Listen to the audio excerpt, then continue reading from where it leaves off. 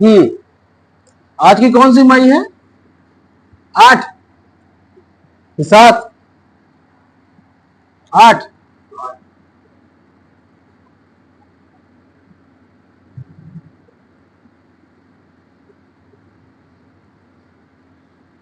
दो 2025।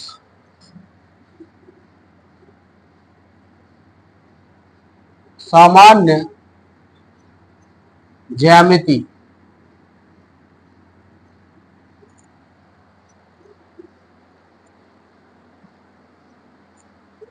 सामान्य ज्यामिति।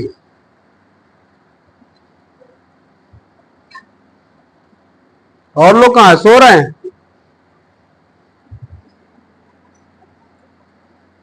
सामान्य ज्यामिति, जनरल ज्योमेट्री। ज्योमेट्री देख लो भाई, बिल्कुल शुरुआत से बता दे रहा हूं, है ना। जिसको जहां समझ में नहीं आती है वो वहां से अपना समझ लेगा अच्छे से। 0 से हीरो तक का सफर देख लेते हैं।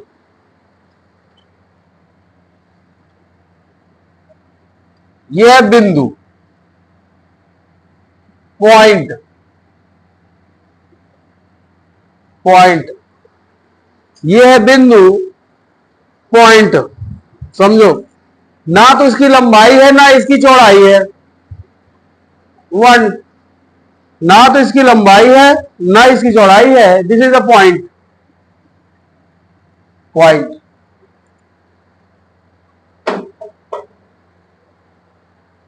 बिंदु अगर बहुत सारे मिला दिए जाए तो उससे पहले बिंदु की कंडीशन देख लो। अगर बिंदु संरेख है,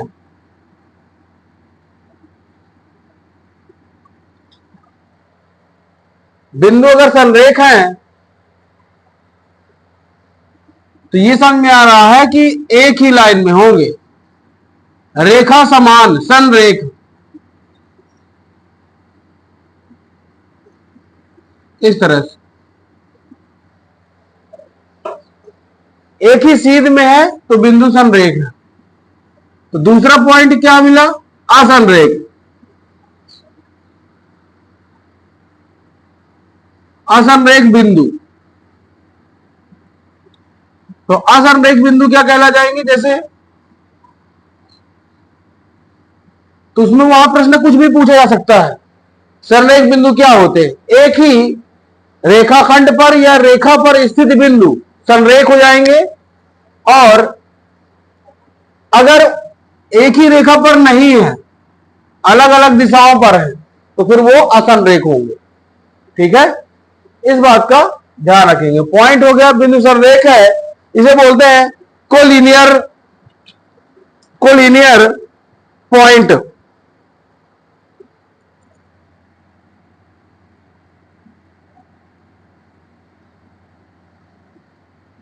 कोलिनियर पॉइंट, और इसे बोलते हैं नॉन कोलिनियर पॉइंट।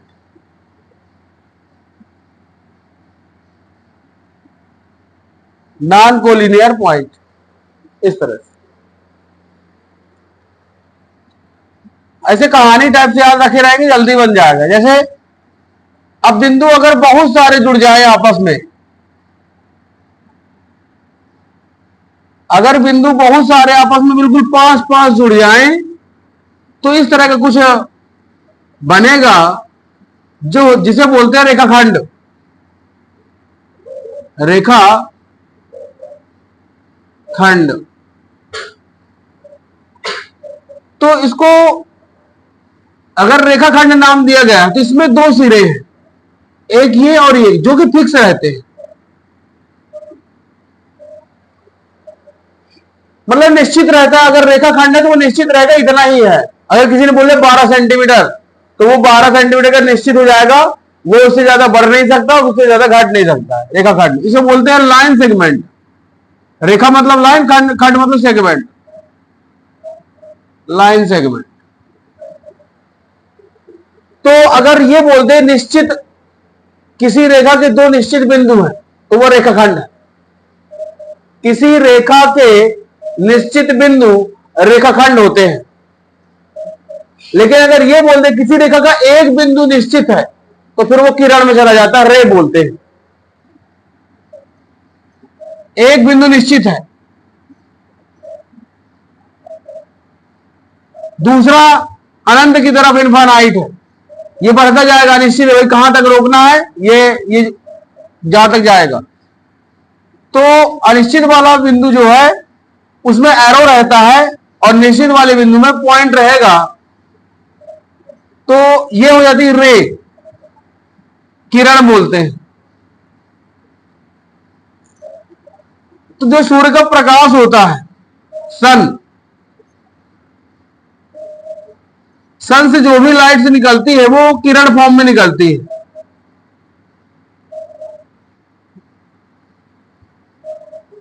वो इसलिए क्योंकि ये ओपन एक सोर्स ऐसा होता है जहां से निकलती है तो वो एंडिंग पॉइंट होता है और जिधर जा रही है, अब जब तक यहां कोई रोकने वाला नहीं है तब तक ये चलती रहेगी, इनफाइनाइट है। जब तक कोई आकर हाथ आ गया, कोई ऑब्जेक्ट आ गया, वहां जाकर के उसका प्रकाश रुक जाएगा और वो वस्तु दिखने लगेगी, है ना। ध्यान रखेंगे, सूर्य का प्रकाश जो होता है वो किरण का उदाहरण है ना, एग्जाम्पल है। लाइट, कहीं भी प्रकाश जल रहा है, लाइट किरण जल रही है, सोर्स से ध्यान रखना, सोर्स हो और वो अगर सन। और दूसरा है, अब दोनों अनिश्चित हो गए, और यदि दोनों अनिश्चित है तो सर ये लाइन है,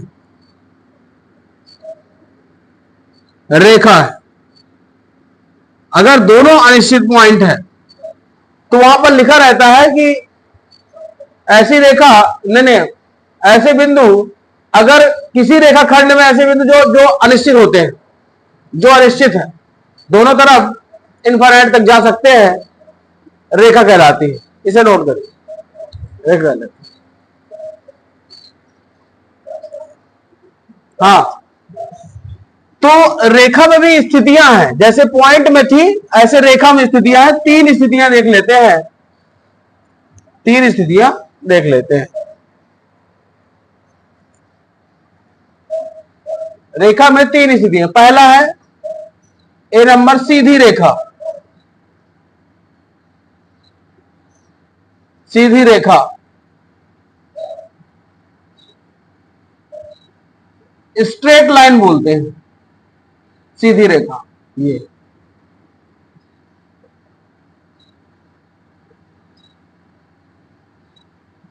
सीधी रेखा, स्ट्रेट लाइन बोलते हैं। दाएं से बाएं जाए या बाएं से दाएं आए, लेकिन एक सीध में रहे। किसमें? एक सीध में। दाएं से बाएं या बाएं से दाएं, एक सीध में, this is a straight line.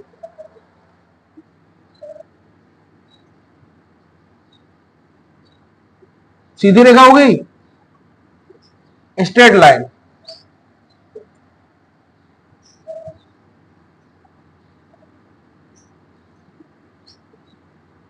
तिर्यक, तिर्यक रेखा या तिरछी, तिरछी रेखा इनक्लाइन टाइप से रहेगी, जैसे ये ऐसे हो सकती है या ऐसे हो सकती है या ऐसे हो सकती है, कुछ भी, ये तिर्यक, ठीक है, ये तिर्यक।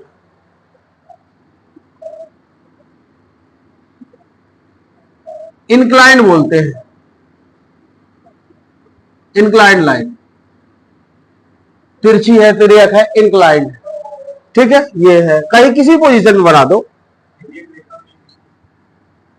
है किसमें, इसमें अगर होंगे तो जैसे अप्रतिच्छेदी है तो देखो ना, ये तिर्यक है ना, तिर्यक तो है। बिंदु अगर होगा तो दिया जाएगा ना, उससे बिंदु होगा तो दिया जाएगा। तिर्यक रेखा में आप ये याद रखिए कि लाइन को इंक्लाइन करना है, तिरछी इंक्लाइन करना, ठीक है। तिर्यक रेखा छोटी बना देता हूं मैं यहां, इस तरह।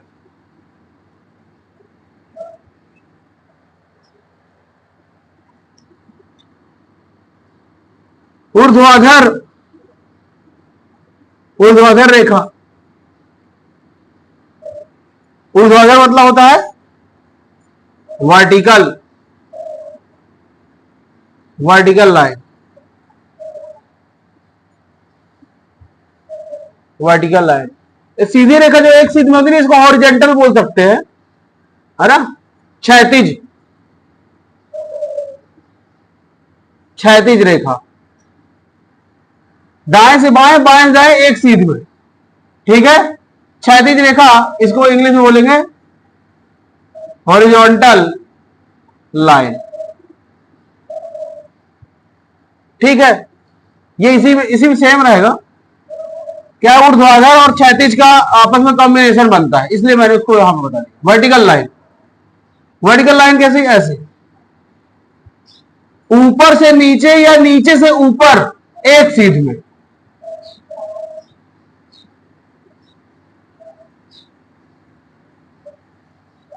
ऊपर से नीचे या नीचे से ऊपर एक सीध में, वो हो जाएगी ऊर्ध्वाधर रेखा, वर्टिकल लाइन। क्लियर है, वर्टिकल लाइन।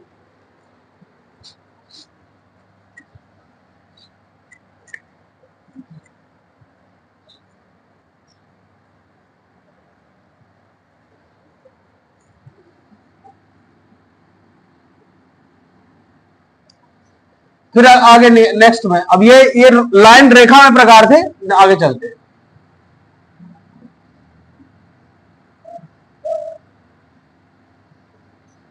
समांतर रेखा,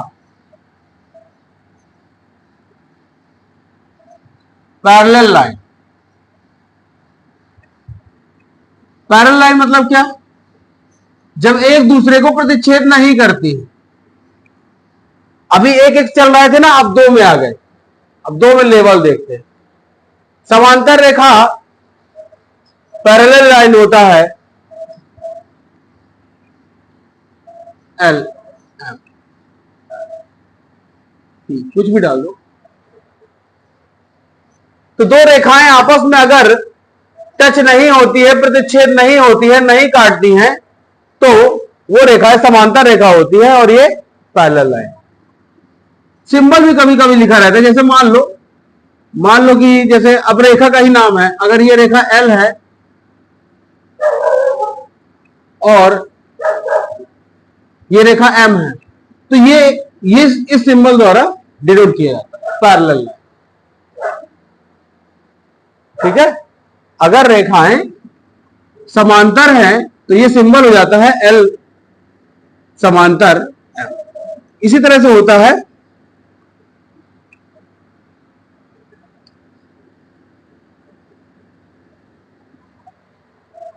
ठीक है। अगर कोई रेखा प्रतिच्छेद करती है और 90 डिग्री में प्रतिच्छेद करती है,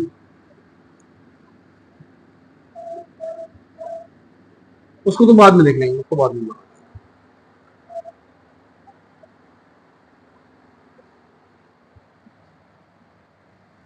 पैरेलल कर लो, उसको भी लिख दे, यही लिख। समानता हो गई तो वो हो जाती है लंबवत। सेम कॉन्सेप्ट है, बस ये जो आपस में पैरेलल है, एक दूसरे कट नहीं हो रही, उसमें कट होती है लंबवत में, होती है 90 डिग्री में, लंबवत रेखा। इसे बोलते हैं परपेंडिकुलर, परपेंडिकुलर लाइन बोलते हैं। किस तरह से, इस तरह से ये 90 डिग्री में कट होती है, रेखा P और रेखा Q। अगर ये दो रेखाएं हैं आपस में 90 कट होती हैं तो P ऐसे भी से लिखा जाता है,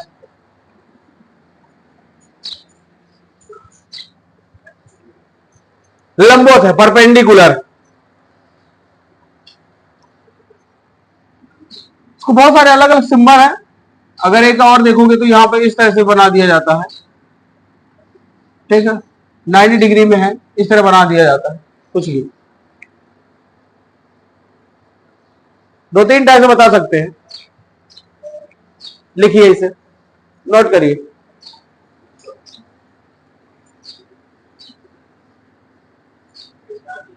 कोई रोक दे तो बताना। हाँ सर,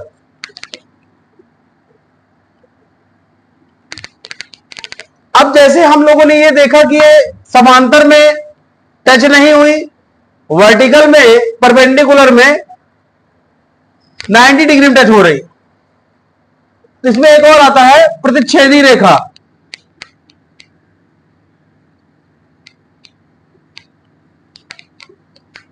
इसे बोलते हैं इंटरसेक्टिंग लाइन।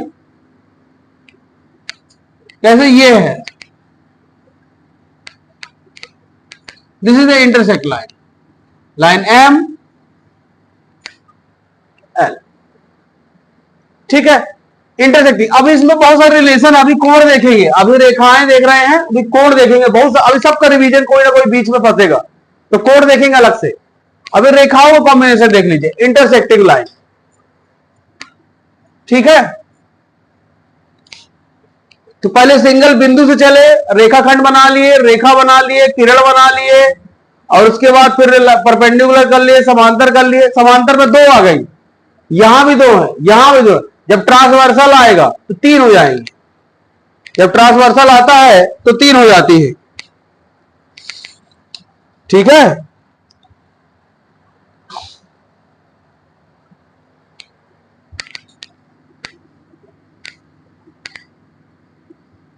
लिख दिए। यहां पर अगला अगला वाला कॉन्सेप्ट आना है, 2 समांतर रेखा, 2 या 2 से अधिक, है ना, 2 या 2 से अधिक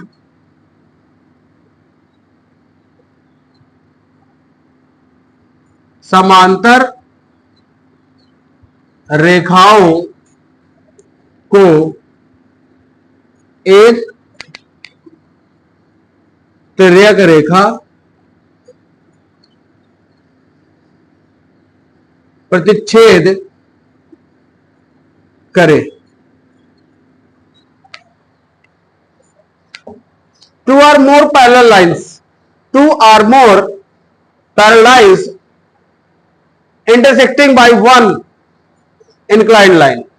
ठीक है, अगर एक लाइन, एक तिर्यक रेखा से 2 समांतर रेखाएं इंटरसेक्ट हो रही है, प्रतिच्छेद हो रही है, इस तरह से अगर मैं 2 लाइन बनाऊं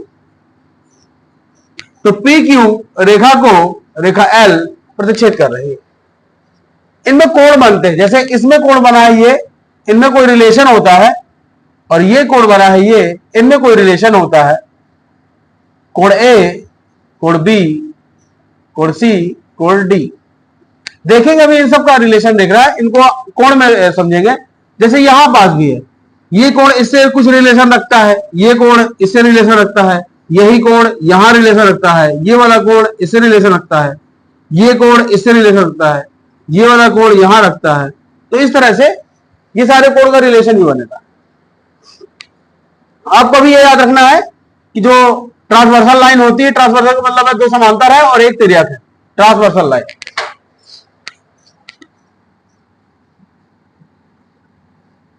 ट्रांसवर्सल लाइन,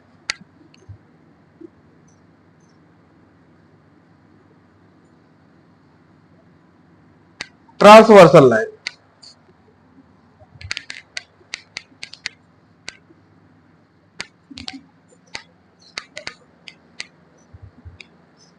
ट्रांसवर्सल लाइन,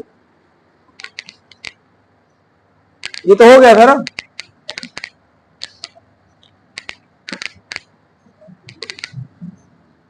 एक और रेखा छूट रही है, वक्र रेखा, इसे बोलते हैं कर्व लाइन।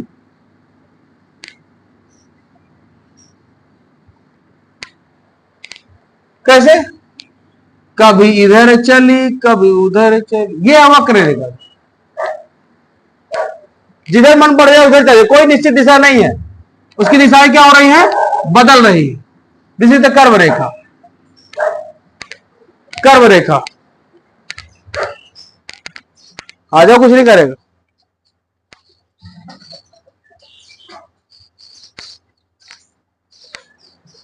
कर्व रेखा, ठीक है, दिशाएं बदलती रहती है, कर्व लाइन बोलते हैं, वक्र, वक्र रेखा। ठीक है, एक ये हो गया।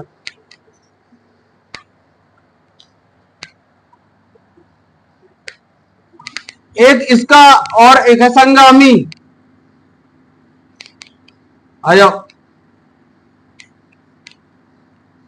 संगामी रेखा,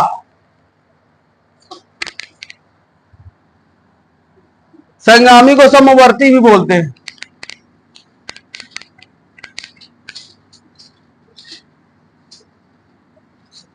संगामी, तो जब होता क्या, संगामी का मतलब है एक ही बिंदु पर बहुत सारी रेखाएं आपस में होकर के निकलती। ये जब दो या दो से अधिक लाइनों का कॉमन बिंदु प्रतिच्छेद होता है उसे बोलते हैं संगामी। कॉमन बिंदु ओ नाम दे दिया गया। कॉनकरेंट बोलते हैं इसका, संगामी को इंग्लिश में कॉनकरेंट बोलते हैं। कॉनकरेंट लाइन, कॉनकरेंट लाइन, ठीक है। ये है संगामी, बनाइए जल्दी से।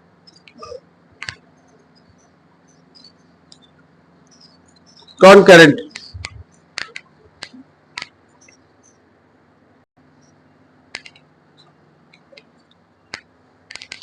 लाइन में लगभग यहां तक में सारे कॉन्सेप्ट हो जाते हैं। अब आते हैं कोण के कॉन्सेप्ट।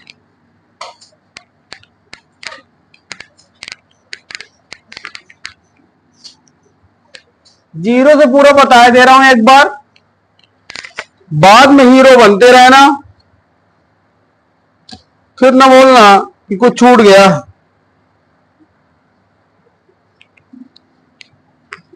अब देखिए कोण में आते हैं, एंगल,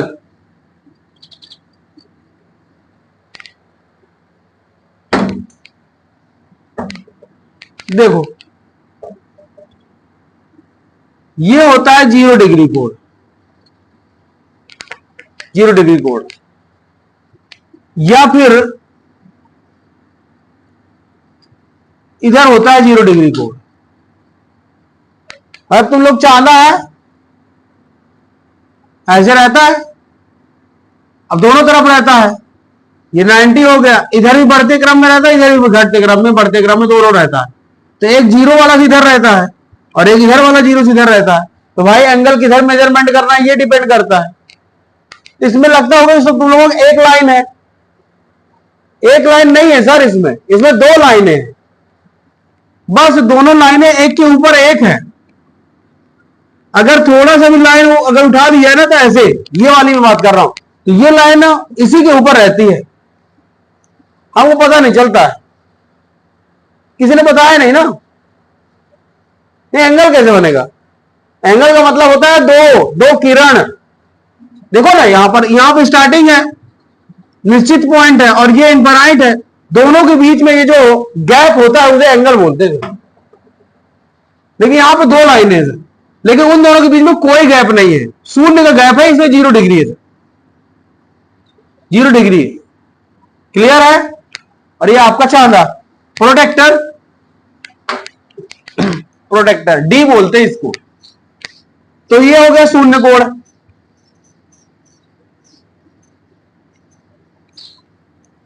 शून्य कोण 0 डिग्री एंगल। दूसरा आता है न्यून कोण, न्यून कोण 0 डिग्री से 90 डिग्री के बीच में होता है। 0 डिग्री से 90 डिग्री के बीच में अगर कोई कोण है तो वो न्यून कोण है, एक्यूट एंगल बोलते हैं। 90 डिग्री एक्यूट एंगल बोलते हैं। कैसे बनेगा? इसका सिंबल मैं बना देता हूं, ये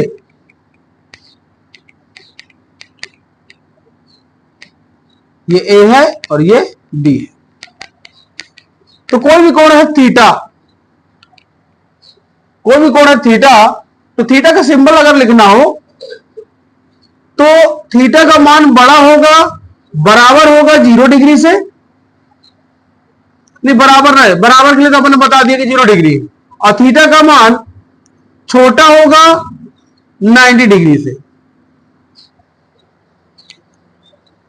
ये हो गया इसके लिए न्यून कोण के लिए रिलेशन कि थीटा का मान अगर बड़ा है 0 से और थीटा का मान छोटा है 90 डिग्री से तो उसे बोलेंगे न्यून कोण। ये संबंध समझ में आना चाहिए। तीसरा है समकोण।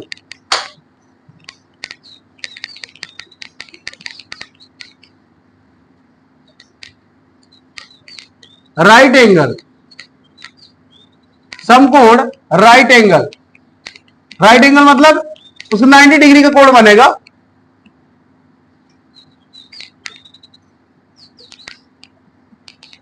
वहां पूछता है नवोदय में, ज्ञानोदय, सैनिक में, सब जगह याद रखेना समकोण मतलब 90 अंश का कोण। बोल देते 90 अंश के कोण को कहते हैं समकोण, इस तरह पूछता है। अधिक कोण, अधिक कोण क्या बोलते हैं इसको? ऑब्ट्यूस।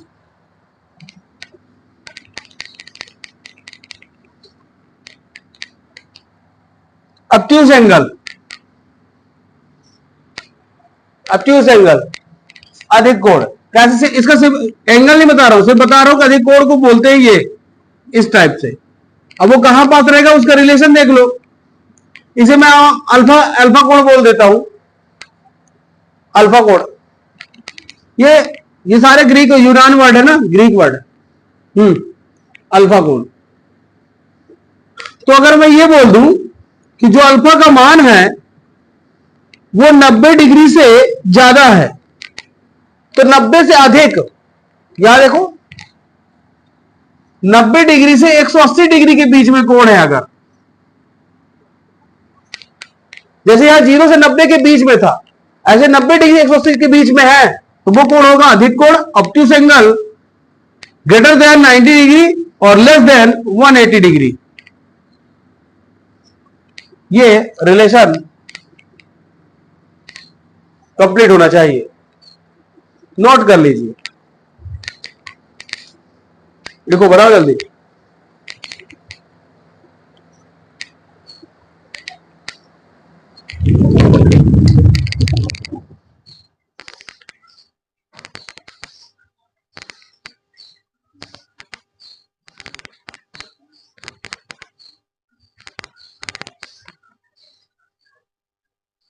अभी चालू कर लो, बाकी फिर मैं काट लूंगा, है ना। अगला जो एंगल है सबसे इंपॉर्टेंट एंगल है। अगला जो एंगल है इंपॉर्टेंट एंगल, वो शायद पता भी ना होगा। वृहत, वृहत कोण, इसी को बोलते हैं प्रतिवर्ती कोण। प्रतिवर्ती कोण इंग्लिश बोलेंगे रिफ्लेक्स एंगल।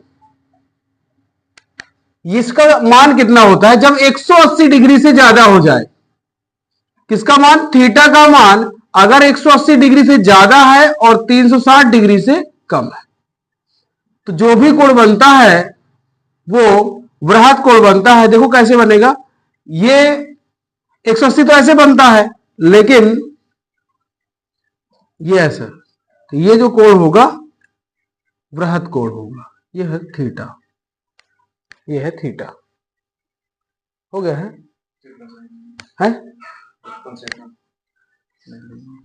ये है,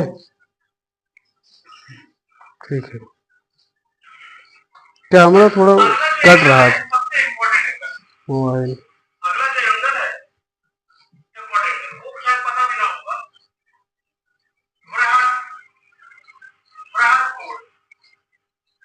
एक बीच में बनाना है ना, जब मैं इधर पढ़ाऊंगा, है ना। है अगला ही बता दें क्या?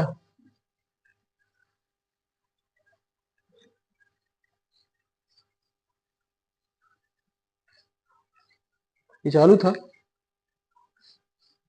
ठीक। छठवां सरल कोण। सरल कोण इसी को बोलते हैं ऋजु कोण, रेखा कोण रैखिक कोण, रैखिक कोण, बहुत सारे नाम है इसके। ये बनता है इस तरह से 180 डिग्री। अभी जब पूरक और समपूरक पढ़ेंगे तो इसमें भी इसका आएगा। क्या होता है जब थीटा का मान कितना होता है 180 डिग्री। सरल कोण, रिजु कोण, इसको इंग्लिश बोलते हैं लीनियर एंगल, लीनियर एंगल सरल कोण। और सातवां कोण है, लास्ट भी कोण है, इसे बोलते हैं पूर्ण कोण, संपूर्ण कोण, संपूर्ण कोण, कंप्लीट एंगल, कंप्लीट एंगल। ठीक है ये, ठीक है।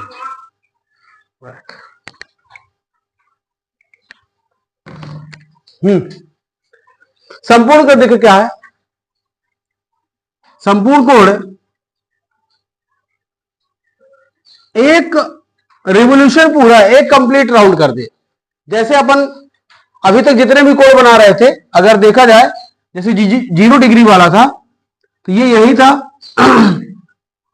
फिर अपन ने बोला कि न्यून कोण बनता है ऐसे, तो आप भी समझ रहे कि ये इधर इस तरह से गया। मैंने बोला था इसके ऊपर 2 लाइनें रहती, फिर ये इतना गया, फिर जब 90 डिग्री आता है तो ये यहां आ गया, फिर जब अधिक कोण आता है तो ऐसे चला गया, फिर 180 डिग्री आता है तो ये वाला कोण एक राउंड मार दिया हाफ में, और जब बृहद कोण आया था अभी यहां पे बना हुआ है ये, तो ये इस तरह से ये राउंड किया।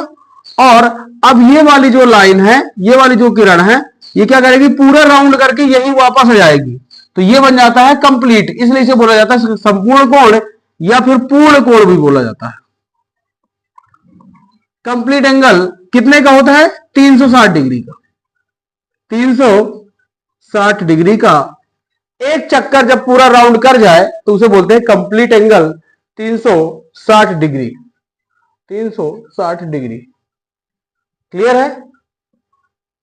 360 डिग्री पूर्ण कोण बोलते हैं, 360 डिग्री का एंगल बोलेंगे कंप्लीट एंगल।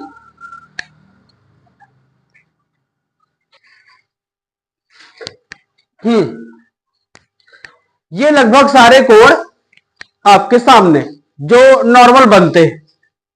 अब बनते हैं फिगर से, डायग्राम से बनते हैं कुछ ना कुछ, तो उनको देखते हैं। ये अभी सिंगल लाइन में चल रहे थे, ये अभी सिंगल लाइन में चल रही। इन कोणों को याद रखना होगा दया, नहीं तो दरवाजा न टूटेगा, न नवोदय का, न ज्ञानोदय का, न सैनिक का। दरवाजा तोड़ना है कंपटीशन का, सीख कर रखना होगा। इसके नाम देखो, सरल कोण, रिजु कोण, रेखा कोण, रैखिक कोण, लीनियर एंगल बोलते हैं। Complete angle 360 degree, complete angle 360 degree. और यही ना बनेगा, तुम देखते चलना, यह गलत करके आओगे और मैं यही उधेरूंगा। हाँ, जितना यहां लिखा देता हूं ना, उनमें से कोई ना कोई एक चीज वहां फंस जाती है।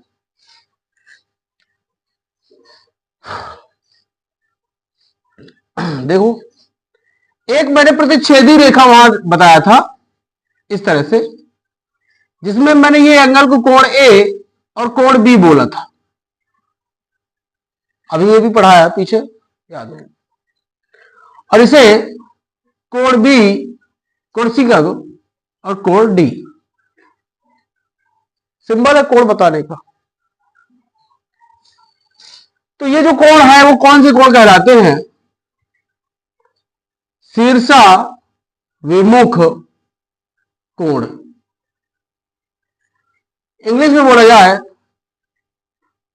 वर्टिकली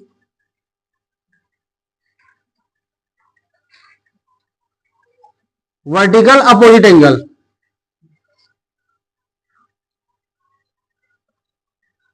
वर्टिकल या वर्टिकल, वर्टिकल अपोजिट एंगल।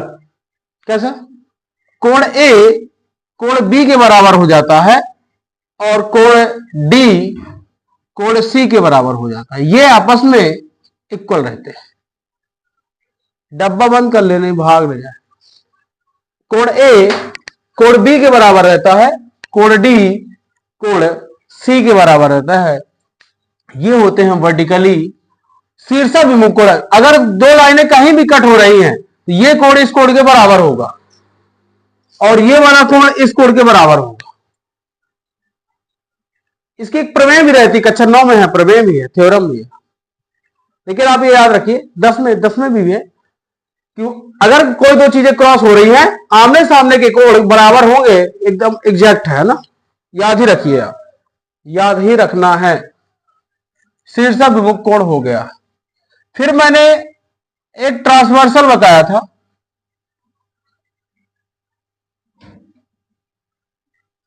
जब बहुत सारे कोण हो तो 1 2 3 से करो।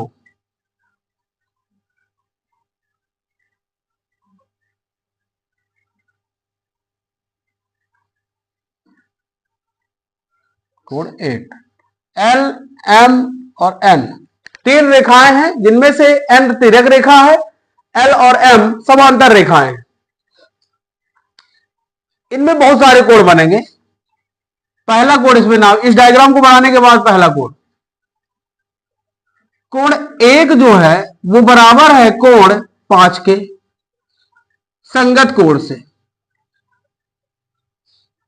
संगत कोण से करस्पॉन्डिंग एंगल बोलते हैं इंग्लिश में। 1 और 5 आपस में बराबर रहेंगे, समांतर रेखा है, एक लाइन कट कर रही है, लाइन के ऊपर के एंगल, लाइन के ऊपर के एंगल हमेशा बराबर। संगत कोण में बहुत सारे, कोण 2 कोण 6 के बराबर होगा। कितने लोगों को कॉन्सेप्ट समझ में आ रहा है कि अगर दो समांतर रेखाएं हैं तो एक ही तरफ के एक ही स्थिति के कोण बराबर होते हैं। कोण 2 कोण 6 के बराबर होगा संगत कोण से। समांतर रेखा है, तिर्यक रेखा ने कट किया, लाइन के ऊपर एक तरफ और लाइन के ऊपर उसी स्थिति में दूसरी तरफ, उसी स्थिति में वही प्लेस, कोण 5 बराबर होगा। तो कोण 3 का सर अपोजिट बता दीजिए, कोण 3 का संगत कोण, कोण 3 का संगत कोण, कोण 7, कोण 3 का संगत कोण कोण 7, कोण 4 का बता दीजिए सर, कोण 8। ये 4 जो लिखा है ये संगत कोण के संबंध में, सारे संगत कोण, सारे संगत कोण हैं। इसका मतलब यह कि ये यही लिखा हुआ पूरे में, ये सारे संगत कोण हैं। क्लियर है? ये लिख लीजिए, नोट करिए, बहुत चलना है इसमें। चलो इसमें और कोण देख लेते हैं। पहले एक संबंध के कोण सारे मैंने कर दिए हैं, ये बन गया होगा। अब इसको लिखा रहने देते हैं, उस डायग्राम में भी समझते हैं। देखो अगले कोण जो सबसे इंपॉर्टेंट रहते हैं, दूसरे कोण का मैं रिलेशन बता देता हूं। कोण 4 बराबर होता है कोण 6 से, अंतः एकांतर कोण, अंतः एकांतर कोण, अंतः एकांतर कोण, ठीक है, अंतः एकांतर कोण। इसी तरह से कोण 3 कोण 5 से रिलेशन रखता है, सेम रहेगा, अंतः एकांतर कोण, अंतः एकांतर कोण।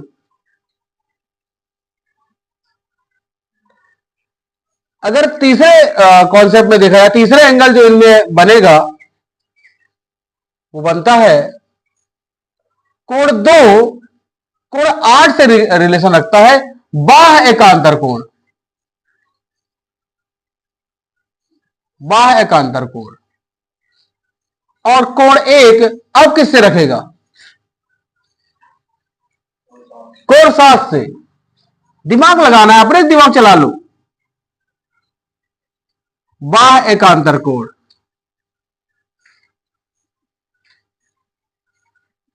बाह्य एकांतर कोण। चौथा जो बन रहा है कोण 1 बराबर कोण 3, कौन सा कोण है सर? शीर्षाभिमुख कोण।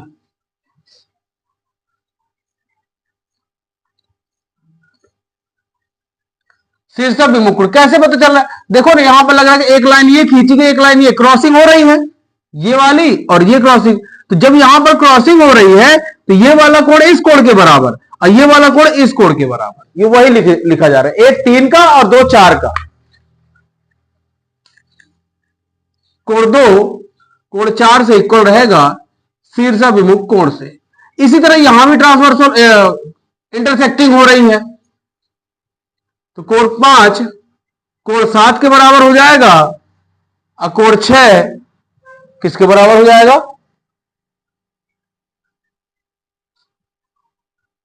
कोण 5 कोण 7 के बराबर हो जाएगा, कोण 6 कोण किसके बराबर होगा? 8 के। और ये होंगे शीर्षाभिमुख कोण, शीर्षाभिमुख कोण। इसे नोट कर लीजिए, हालांकि इसको मिटा सकते हैं, एक रिलेशन यहां।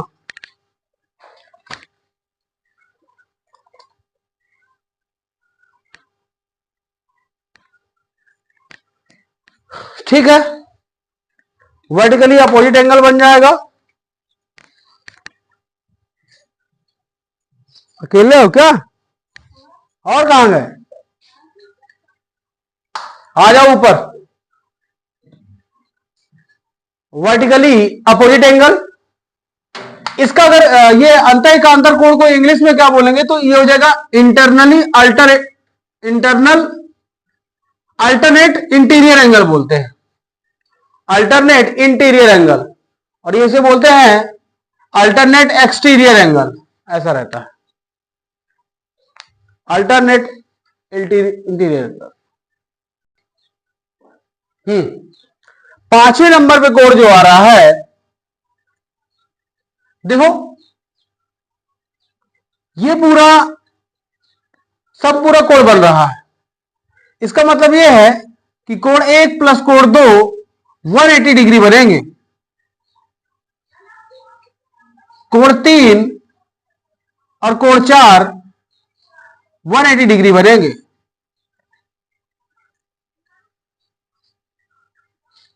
कोण 5 और कोण 6 180 डिग्री बनेंगे। कोण 8 और कोण 7 180 डिग्री बनेंगे। हाँ क्या? कोण 1 प्लस कोण 2 बराबर, हाँ हो जाएगा ना, बिल्कुल हो जाएगा। 180 से तो इक्वल करना है। अब देखो ना, लाइन है और लाइन के ऊपर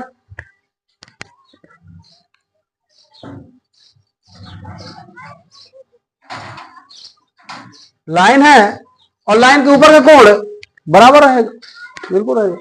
इसे बोलेंगे सरल कोण। कौन सा टाइप है ये? सरल कोण। और तो कुछ सरल कोण नहीं बन रहा है, नहीं बन रहा है। अरे बन रहा है भाई, कौन सा? कोण 4 और कोण 1 180 डिग्री।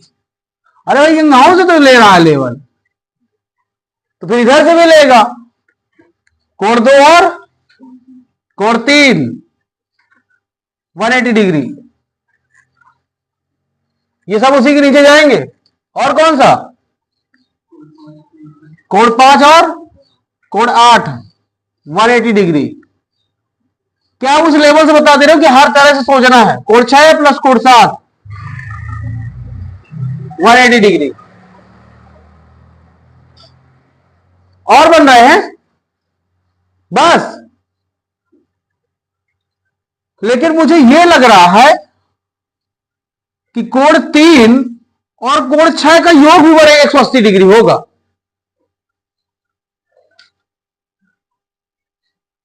है?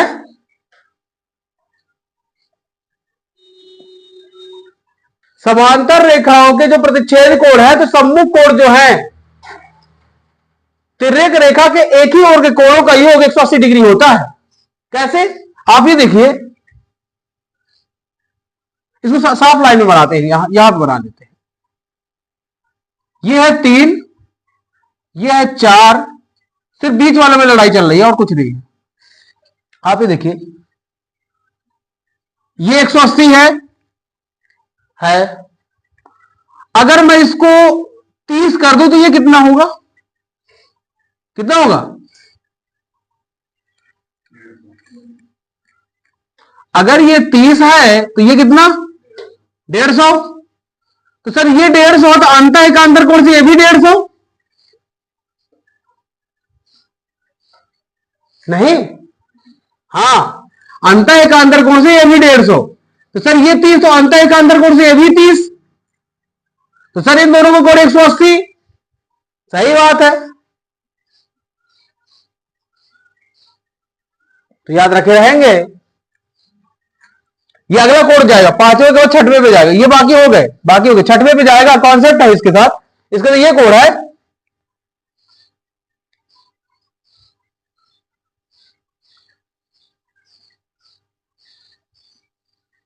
तिर्यक रेखा के एक ही ओर के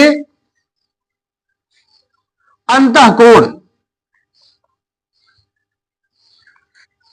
तिर्यक रेखा के एक ही ओर के अंतःकोण, कोण 3 प्लस कोण 6 बराबर 180 डिग्री, और कोण कौन से, कोण 4 प्लस कोण 5 बराबर 180 डिग्री, सरल कोण। तो और भी कोई कॉन्सेप्ट है? नहीं, बाह्य कोण में भी लग जाएगा ना भाई। ये वाला कोण इस कोण के बराबर है और ये वाला कोण इस कोण के बराबर है, तो सर इन दोनों का योग 180। बाह्य कोण, यही तिर्यक रेखा के एक ही ओर के बाह्य कोण क्या हो जाएगा, कोण 2 प्लस कोण 7 180 डिग्री, और कोण 1 प्लस कोण 8 180 डिग्री। क्लियर है कॉन्सेप्ट? कॉन्सेप्ट क्लियर होना मांगता है। इस तरह से ये ट्रांसवर्सल लाइन में सारे एंगल लगभग लगभग हो जाते हैं। अब कोई छूट नहीं रहा है, किसी तरह का रिलेशन नहीं छूट रहा है। देखिए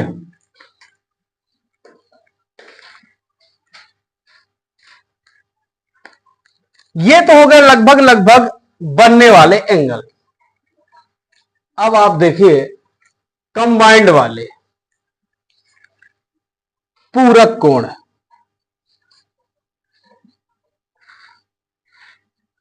कॉम्प्लीमेंटरी एंगल। महाराज हाँ, आपको छठवीं में हवा यहीं से सीख लो, छठवीं किताब में मिल जाएगा। पूरक कोण कॉम्प्लीमेंट्री एंगल क्या होता है, दो कोणों का योग 90 डिग्री होना चाहिए। Alpha degree plus beta degree equal to 90 degree. ये दो कोणों का योग 90 डिग्री है। तो यदि एक कोण दिया है तो दूसरा कोण दिए गए कोण का पूरक कोण होगा। यह है कॉन्सेप्ट हो गया। जैसे एक एंगल दिया अल्फा इजिकल टू 25 डिग्री, तो बीटा इजिकल टू कितना हो जाएगा, बीटा इजिकल टू अल्फा जाके 90 माइनस हो जाएगा, 90 माइनस अल्फा, तो कितना हो जाएगा 65 degree. This is the beta angle. तो जो ये 65 डिग्री है, ये 25 डिग्री का पूरक कोण है, क्योंकि इसके मिलने पर 90 डिग्री बन जाएगा। इसी के बगल में मैं समपूरक कोण करा देता हूं। संपूर्ण कोण अलग है, संपूरक अलग है। समपूरक कोण, सप्लीमेंट्री एंगल, सप्लीमेंट्री एंगल, संपूरक कोण क्या होता है? दो कोणों का योग 180 डिग्री हो जाता है, ये होता है संपूरक कोण। कॉन्सेप्ट अब क्लियर रहेगा। अगर दिया गया कोण दूसरे कोण का, अगर एक कोण दिया है दूसरा कोण दिए गए कोण का पूरक कोण, तो जैसे इसमें वही होता है, एक कोण दिया है दूसरा कोण उसका संपूरक कोण होता है। एग्जाम्पल लिख लेंगे, अल्फा इक्वल टू 110 डिग्री, तो बीटा आ जाएगा 180 minus alpha degree, 180 minus 110 degree कितना जाएगा? 70। तो कोण 70 डिग्री, कोण 110 डिग्री का संपूरक कोण है, इस तरह से एक अच्छा छठे मिल जाएंगे, सब नोट करिए है। हाँ,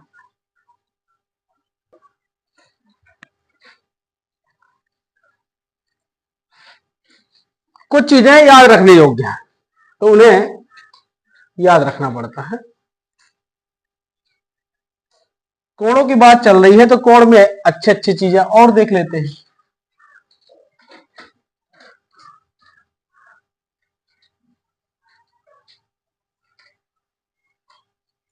एडजेसेंट को क्या बोलते हैं इंग्लिश में, हिंदी में? देखो इंग्लिश याद है, हिंदी नहीं याद है।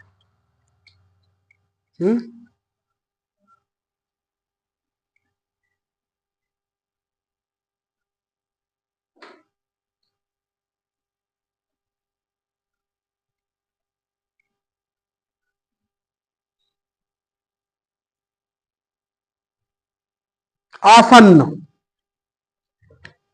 खतरनाक नाम है, आसन्न कोण है।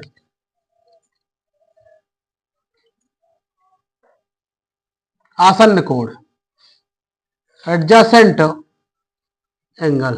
देखो आसन्न क्या होता है, जैसे this is the cube, this is the cube, तो ये वाली भुजा आसन्न है किससे? इस फलक से। मतलब जो ज्वाइंट का काम करने लगे तो ये आसन्न भुजा है, ये आसन्न भुजा है, ठीक है, आ रहा समझ में? ये आसन्न भुजा है, ये आसन्न भुजा है किसके लिए? इसके लिए, इन दोनों के लिए, इन दोनों के लिए आसन्न भुजा, आसन्न। ऐसे ही आसन्न कोण होते हैं। अब ये तो पवन ही देख के बताएगा कि मैं क्या बना रहा हूं।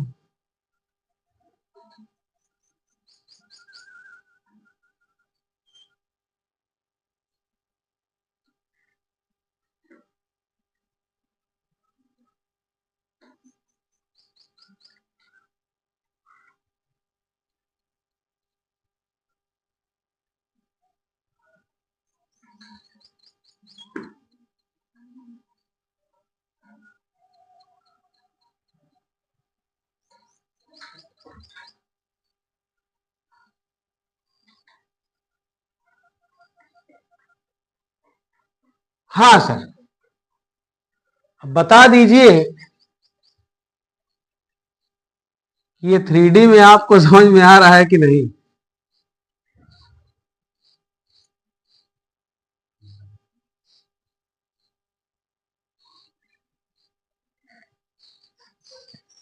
आ रहा कुछ समझ में? क्या है ये? है नहीं पता? हाँ सर, हम कटना भाई, अबे आमक माहौल चल रहा है, अबे आमक माहौल चल रहा है यहाँ। सेव बन गया यार ना, आमा कैसे बनता है?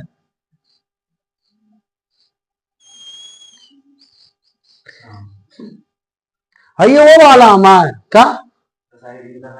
दशहरी है, कलमी है। अरे यार अपने गांव का कलवा हुआ है भाई। अकेलवा हुआ नहीं जानते क्या है? ये तो केला बन गया।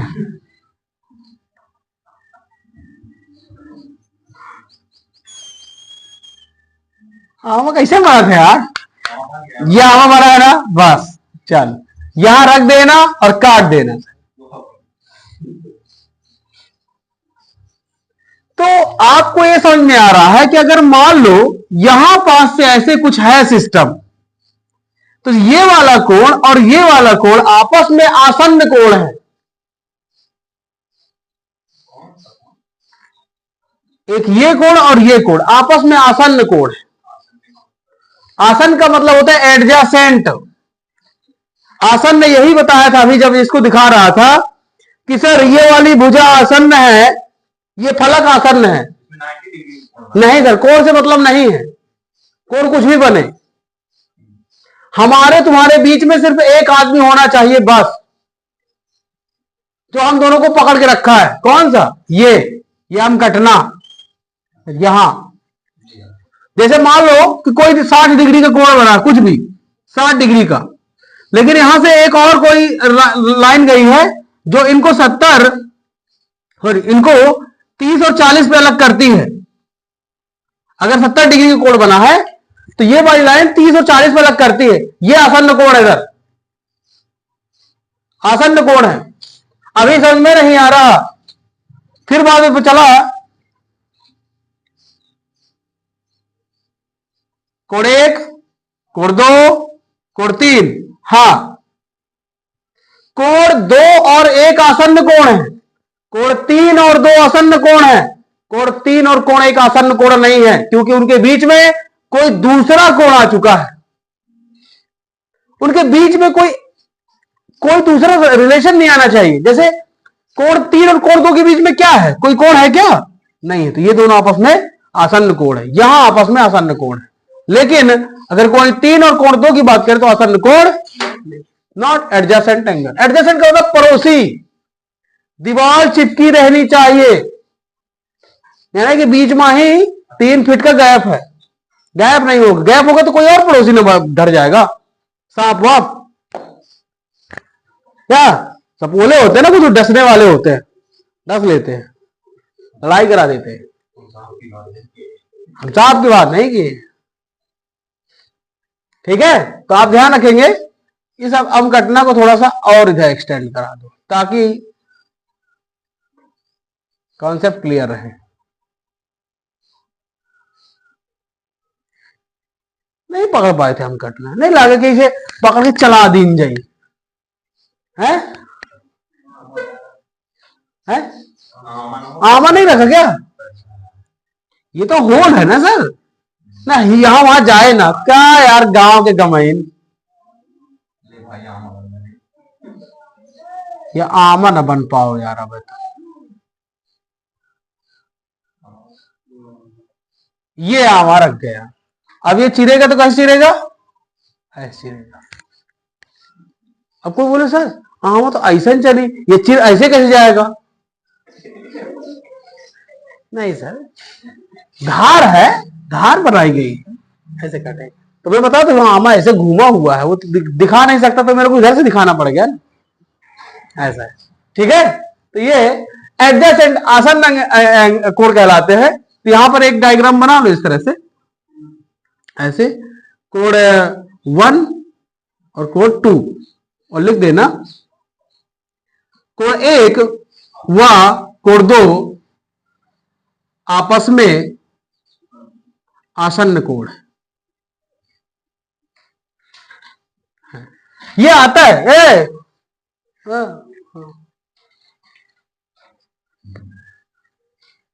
एक क्लास में है, 6वीं में क्लास में है, 6वीं का चल रहा है, 6वीं पढ़ रहा है।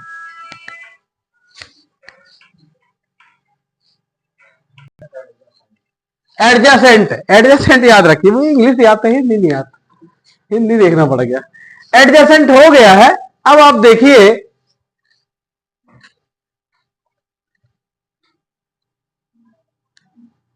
त्रिभुज के कोण है, त्रिभुज के कोण कोण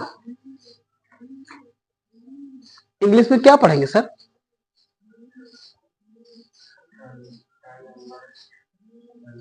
ठीक है, तुम्हारी इंग्लिश अच्छी है। अरे सर भैया, हाँ सर इंग्लिश में पढ़िए, इंग्लिश में पढ़िए। नहीं पढ़ता है?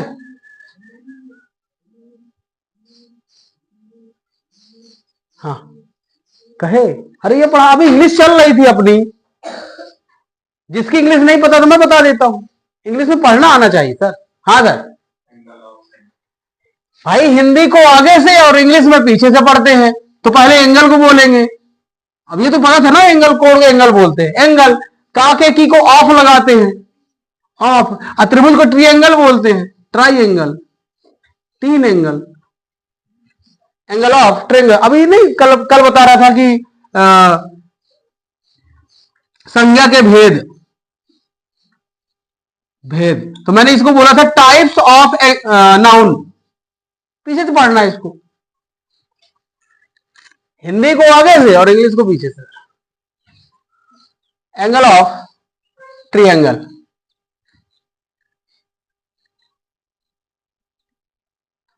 वन टू थ्री, तो त्रिभुज के तीनों कोणों का योग,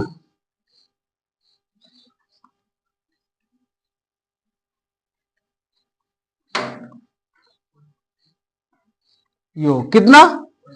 180 डिग्री। कोण 1, कोण 2, कोण 3 बराबर 180 डिग्री। कंपटीशन में ये आया तो ठीक, नहीं तो आ क्या जाता है, त्रिभुज के तीनों कोणों का अनुपात दिया हुआ है, 2:3, 5:7, इस तरह से। तो आपको समझ में आ रहा है। अब बोल देगा कि बड़े कोण और छोटे कोण का अंतर ज्ञात कीजिए, तो आपको समझ में आएगा कि अगर ये कोण दिए हैं, इसका मतलब है कि 2x और 5x और 7x अनुपातिक अगर हटा दिया जाए तो फिर बराबर 180 डिग्री हो जाएगा, क्योंकि हमें पता है कि त्रिभुज के तीनों कोणों का योग क्या होता है, 180 डिग्री होता है, वो वहां से कॉन्सेप्ट से। और यदि कोणों का अनुपात दे दिया है तो हम कोण निकाल सकते हैं, क्योंकि हमें याद होना चाहिए कि 180 डिग्री होता है। ये हो गया कॉन्सेप्ट आपका। तो वहां कंपटीशन में अनुपात टाइप से कुछ देगा कि त्रिभुज के तीनों कोणों का अनुपात इतना है, कोण ज्ञात कीजिए, या बोल देगा बड़ा कोण ज्ञात कीजिए, बड़े कोण छोटे कोण का योग ज्ञात कीजिए, कुछ भी। घर जाना है, घर जाना है। ये हो गया तीनों कोण। इसी में एक और कॉन्सेप्ट है, ये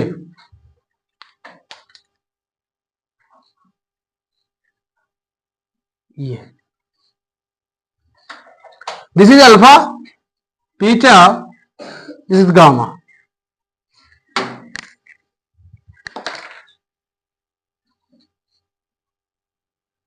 गामा,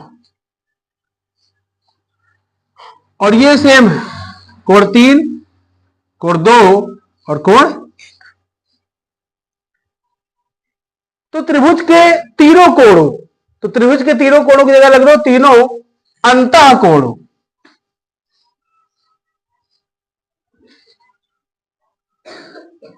नहीं तो होशो हवास में ना रहते ना, पहले लिखा देता तो अब समझ में आ गई क्या है, बीच में मिट गया।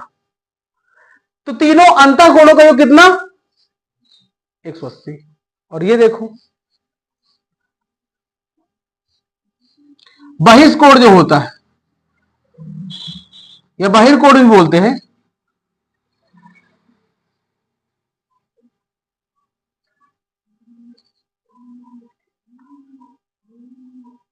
बाह्य कोण। देखो बाह्य कोण का क्या संबंध होता है, जैसे अल्फा है, अल्फा है, तो अल्फा एंगल होगा कितना? अपने अभिमुख अंतः कोणों के योग के बराबर। अभिमुख का मतलब उसके सामने वाले जो कोण होते हैं, कोण 1 प्लस कोण 3, कोण 1 प्लस कोण 3, अल्फा के सामने है 3 और 1, गामा बीटा के सामने कितने हैं? बीटा के सामने 1 और 2, और गामा के सामने है 2 और 3। तो इस तरह से बाह्य कोण का संबंध होता है, बहिष्कोण बोलते हैं।